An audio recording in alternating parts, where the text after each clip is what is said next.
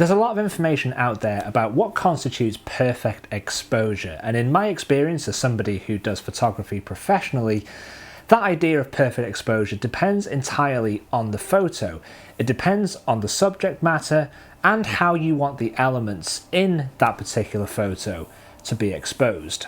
As it's autumn, I want to talk about this topic in the context of woodland photography, but fear not, there are takeaways from this video that apply to all sorts of different photography scenarios. In last week's video, I mentioned British landscape photographer Joe Cornish, somebody who has been a big influence on my photography, and just this week I was having a look at a piece of commissioned work that Joe had undertaken with a publisher to form a book based on the landscaped gardens of a lot of very historic British estates and stately homes. It was actually a really fascinating piece of work. There was one particular photo in this commission of an ancient oak tree within this woodland, and when talking about the technical aspect of photographing this scene, Joe mentioned that the highlights of this image were completely overexposed, and then when he was questioned as to why he'd made the decision to overexpose the highlights, his response really interested me. Now, if we consider the conventional definition of perfect exposure and we take a look at our histogram, a typically perfectly exposed histogram will kind of have most of the information in the center. It will kind of look like a bell curve where you'll have the majority of your information as midtones, and the brightest highlights and the deepest shadows will be away from the extreme edges of the histogram. Historically, this has always been really important because cameras weren't always great at dealing with dynamic range, whereas today's cameras are much more capable. Nowadays, you can underexpose or overexpose an image to a certain degree and still be able to retain some of the detail. It's not completely lost, and it's not completely clipped to a point where there's no detail actually captured in that raw file. Speaking of rules of exposure, you may have heard the term exposing to the right. This is where you typically will expose your image so that the histogram is weighed slightly more towards the highlights and away from the shadows.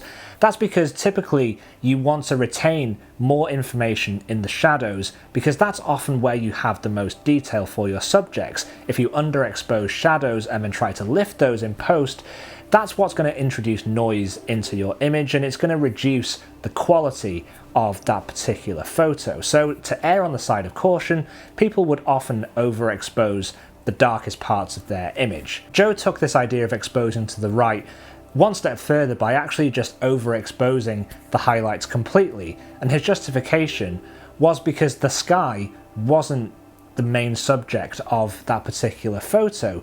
The main subject was the oak tree, and it was the texture of the bark.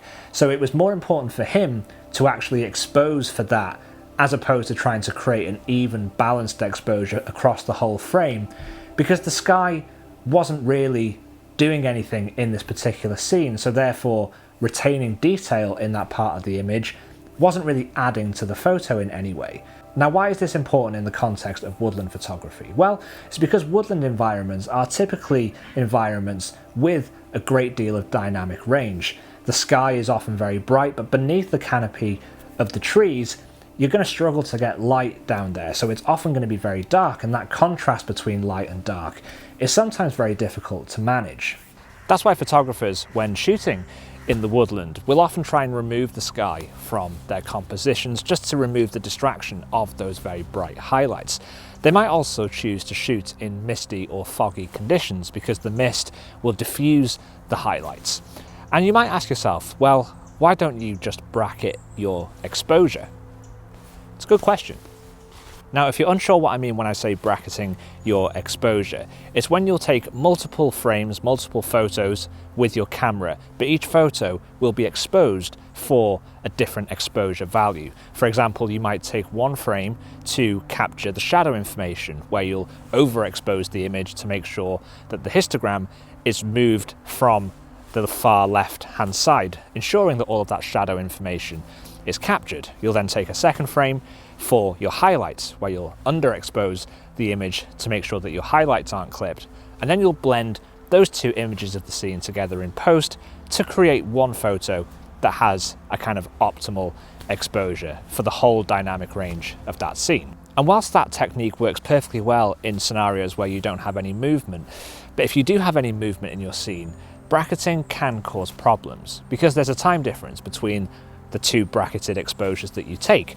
So any movement in your frame is going to be captured in that image. A woodland is a perfect example, especially at this time of year when, you know, the leaves are starting to fall off the trees. If there's any wind and there's any movement in the branches, that's going to render motion blur in your final image, and that might be something that you want to avoid. That means having to shoot your composition in one frame, and to get a properly exposed subject, you might have to increase your shutter speed to freeze that movement, and to achieve that you might need to shoot at higher ISOs, which are likely going to burn your highlights.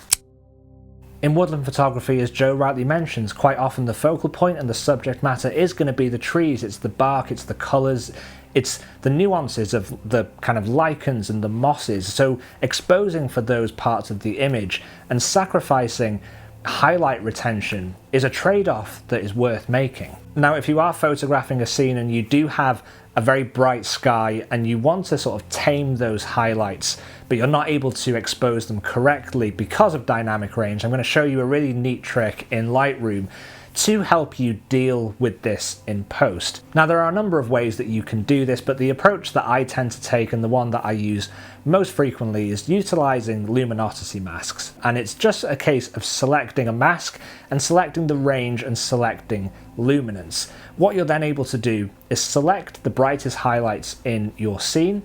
You can refine it with the slider to just affect the very brightest highlights or the areas that are overexposed. And then what I like to do is just reduce the dehaze, reduce the whites and the highlights, and what you will find is that that will just soften that particular part of the image, and it will make it seem less of a mistake, I suppose. It kind of creates the illusion that it's just diffused light. Now, again, this works quite well when it's kind of dappled light. If you have a huge part of your scene that is overexposed, the effect might not necessarily be quite as impactful. But I think if you are just trying to tame those areas of highlights, then an approach like this can be really useful. So I hope you found this video helpful. I hope it gives you some things to think about the next time you're out photographing the woodland, and just remember that it's okay to abandon some of these rules of perfect exposure. Just think about what you're photographing and what you want the main focal point to be, and if you have to sacrifice, you know, the highlights, then so be it. You can still make great photos. So thank you for watching, and I will see you guys next week for another video.